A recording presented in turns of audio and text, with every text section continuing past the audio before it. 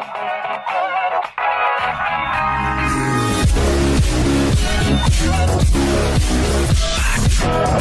guys, welcome to me reacting to Game Theory. Hard mode is a lie. Sekiro Easy mode controversy by the Game Theorist. Now I have not seen this, so yeah. Anyways, guys, we're links in the description. Make sure to subscribe to the Game Theorist on links also in the description. Anyways, let's get right into it. The release of Sekiro Shadows Die Twice has erupted this huge debate in the gaming community about whether or not games should have easy modes. If I pay for a game, am I entitled to see the whole thing through to completion? Oh yeah, because this game is like impossible.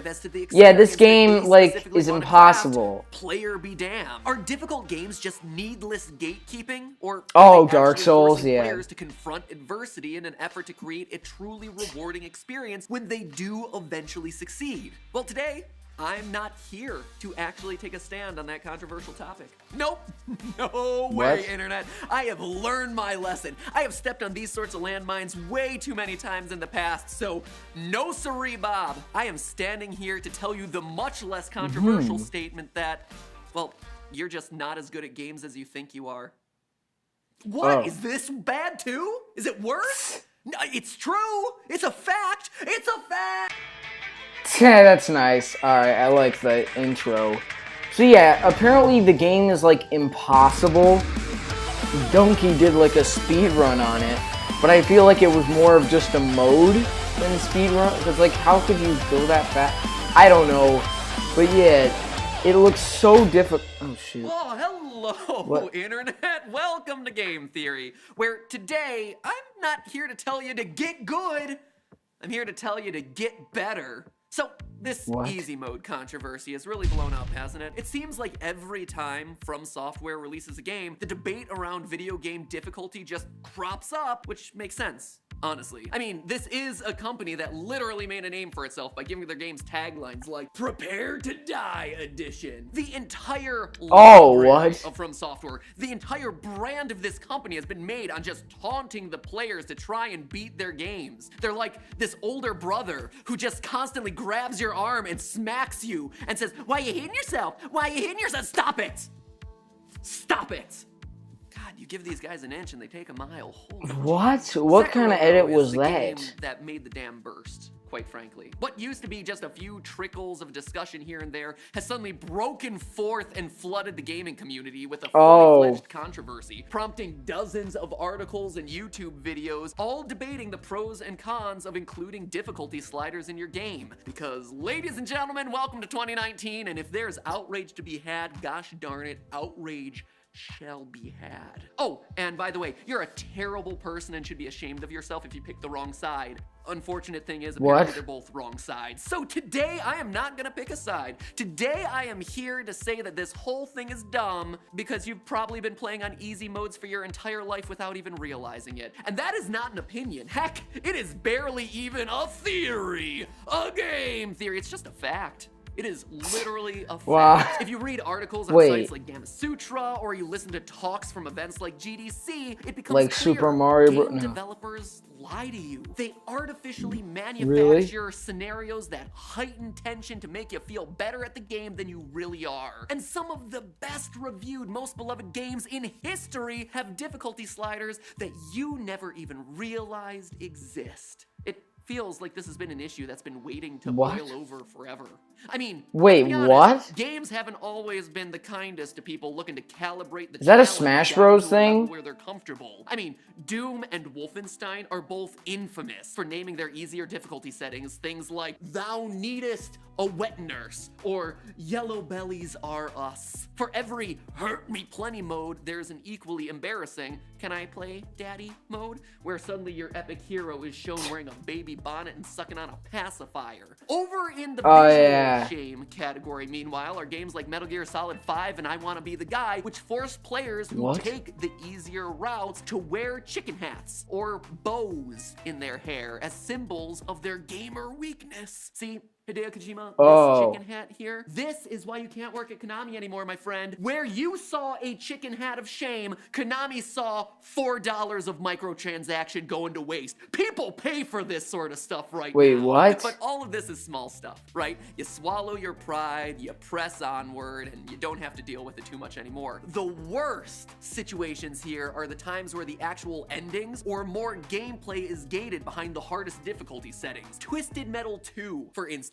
would only give you one level and one boss to play through before it threw up on the screen a stop sign with the words, "No losers allowed." Why offer the mode if you're just offering me one level to play? Though, sometimes the alternative to offering the full game wasn't much better. I will never forget playing through Star Wars Shadows of the Empire for the N64 as a kid.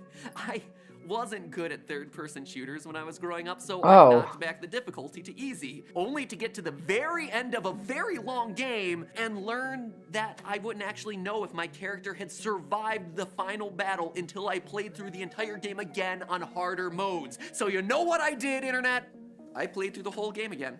And yeah, I got good, and I saw that Dash Rendar survive, and it was anticlimactic, but I got really good at the game. Same story with Superman 64. Yeah, Superman effing 64. One of the worst games ever played on that cartridge. Superman 64 actually. I love flying through rings. Yeah, no, that game's terrible. It's not just the normal difficulty setting, but if you want to see the ending of this amazing game, you got to put it on hard mode. Let me tell you, as someone who beat this game 3 times to get that sweet, sweet ending cinematic.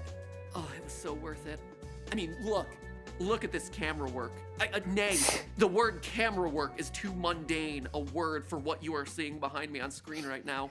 What this is can only be described as artistry. Brings tears to my eyes just thinking about the time that I experienced this as a kid. Would that our mere YouTube videos looked as artistic as the ending of Superman 64.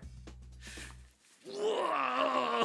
The long and short of it is that since the earliest days of gaming, many franchises have fostered some form of negative attitude towards easy modes. They've given rise to this get good mentality, but it's hypocritical. It's all smoke and mirrors, because behind the scenes, they've been concocting these secret ways to make us all think that we're better at these games than we really are. Ken Levine, one of the creators behind BioShock, admitted in a now deleted tweet that the first enemy shot in BioShock will always miss you. Quote from Twitter, "First shots in BioShock always missed. That was the design. Think it got fully implemented." End quote. It was a way to prevent players from getting killed out of the blue, and instead give them a warning to be on their guard and start reacting. And that's not all that BioShock would do to help the player. According to another designer, this time Paul Hellquist, quote again, "In BioShock, if you would have taken your last point of damage, you instead were invulnerable for about 1 to 2 seconds, so you get more barely survived moments." And if you thought that was enough, BioShock was like, hold my we're still not done. Even the life bar in this game was a lie. In both easy and medium difficulties, you can actually take one more hit than your health bar might lead you to believe. The first hit that would kill you instead reduces your remaining life to 1. The only way to disable this in the game is by playing it on either hard or survivor modes. And to this day, BioShock is one of the most praised FPS games in history.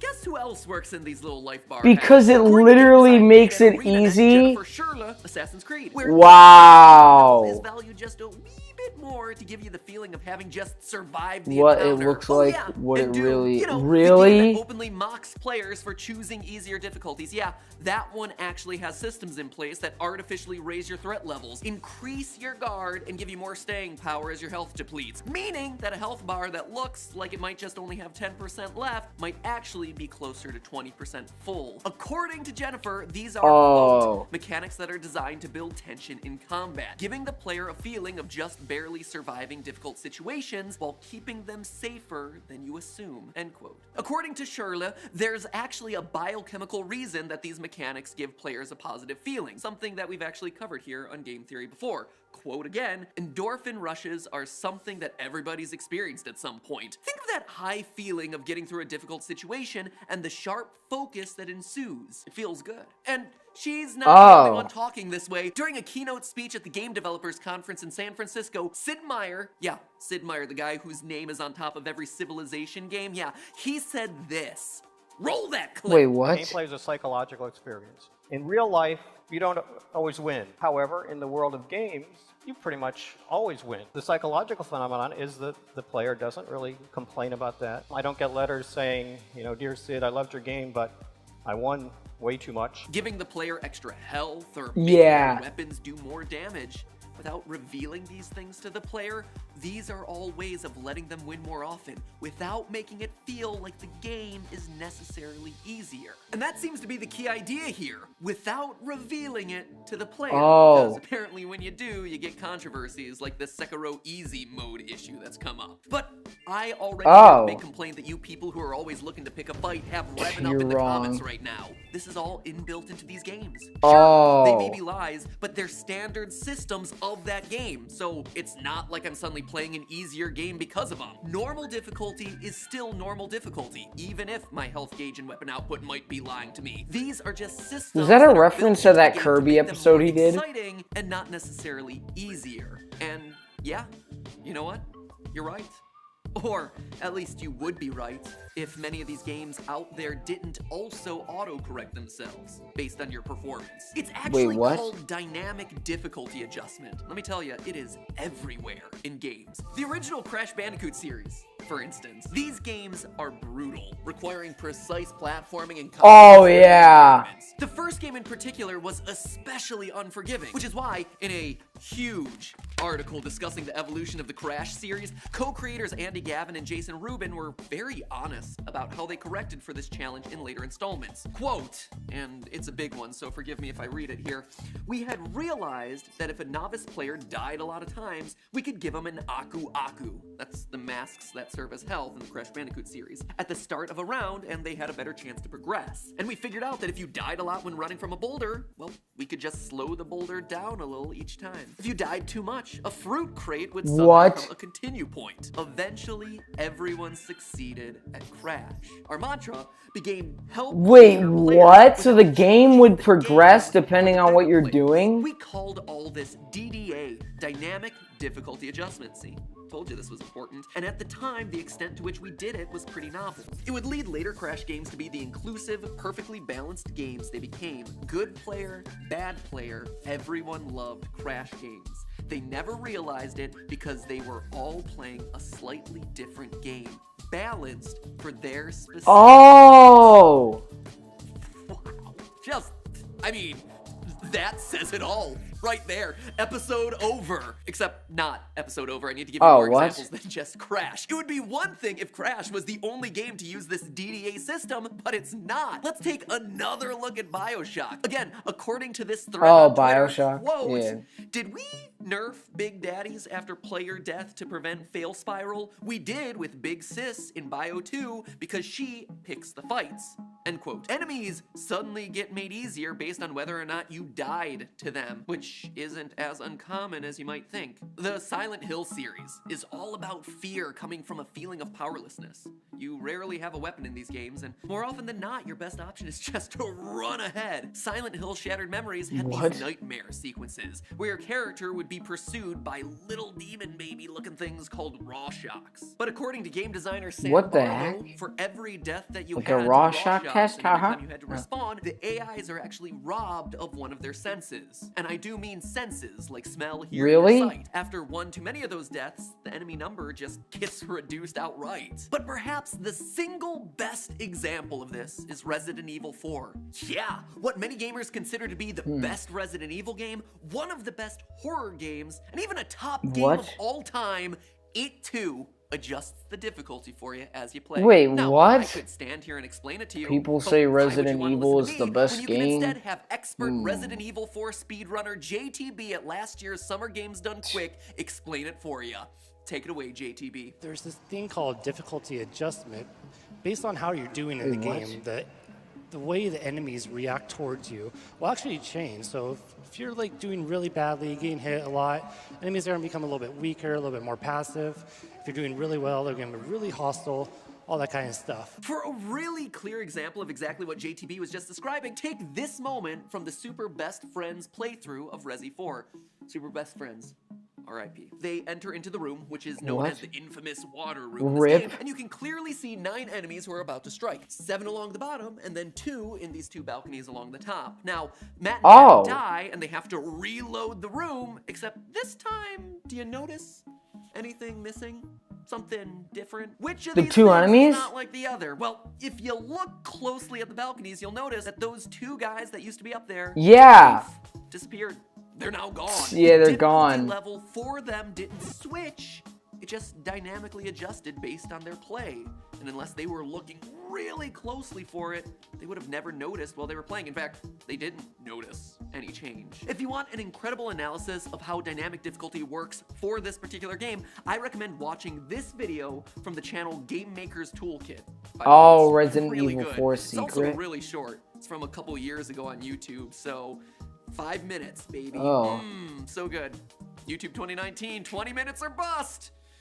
So long. But best of all, sometimes the games don't What? even care how you're doing before sliding the difficulty Epic sliders Games. for ya. Epic Games. You heard of them? Created a little game called Fortnite. I don't know, kind of an indie darling. They were aware of the importance of psychology and how it affects the way that people play games years ago. Way back when they were working on Gears of War. According to Lee Perry, who was previously a lead designer at Epic, they found out that, quote, 90% What of game is first-time this? players don't play a second multiplayer match if they don't get themselves the kill. That first game's important, so we started you off with some major advantages, like additional damage bonuses that tapered off with your first few kills. End quote.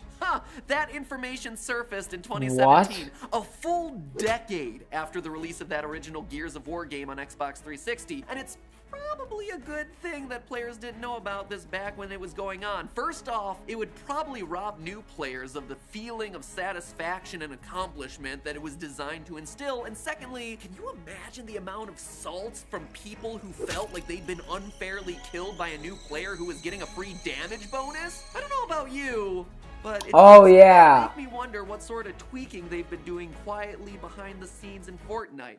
Huh? Think about that. Maybe there's a reason No, Fortnite's yeah. as popular as it is. But that's a theory. No, yeah, that's what I heard is apparent. Anyway, the long Wait, and what? short of it is this. Dynamic difficulty is a real thing that exists in tons of games that you've been playing. Oh, yeah. It's also been around. No, yeah, I wouldn't be surprised in if this Fortnite industry. Sure, had it, takes because a it lot of seems different like forms, new players damage get buffs, easy misleading HUD stuff. information, enemy AI tweaks, extra items, whatever. And it's in lots of games, regardless of genre. Regardless of whether you're playing on easy mode or hard mode. It's just Fighting. not something the game industry publicizes all that much, and probably for good reason. At the end of the day, they just want you to have fun while feeling heroic, and revealing the way the trick gets done kind of ruins that illusion that they're trying to create. Which is why I'm here! Game Theory, ruining the fun of Wow. video games for 8 solid years. Yay us! So ask yourself this, is it better to choose your easy mode or let the game make that choice for you? I honestly don't know. Debate it out in the comments. I think it's actually a fascinating discussion. Anyway, with all this new I think information, maybe the that game Twitter should- meme that's been going I around think in the you wake of the should Sekiro choose it. drama should look a little bit more like this. They've been cheating not only the game, but the gamer. We haven't grown. We haven't improved. What? They've given us shortcuts without us knowing, and we've gained nothing. We experienced a hollow victory. Nothing was risked, nothing was gained. It's sad that we didn't know the difference. But hey, that's just a theory. A game Nice. theory. Thanks Psycho for Neil, watching. really? Okay, that's actually pretty funny. But yeah, anyways, guys, hope you enjoyed this episode. Leave a like and subscribe to my channel, and you guys will see you in the next one. Bye!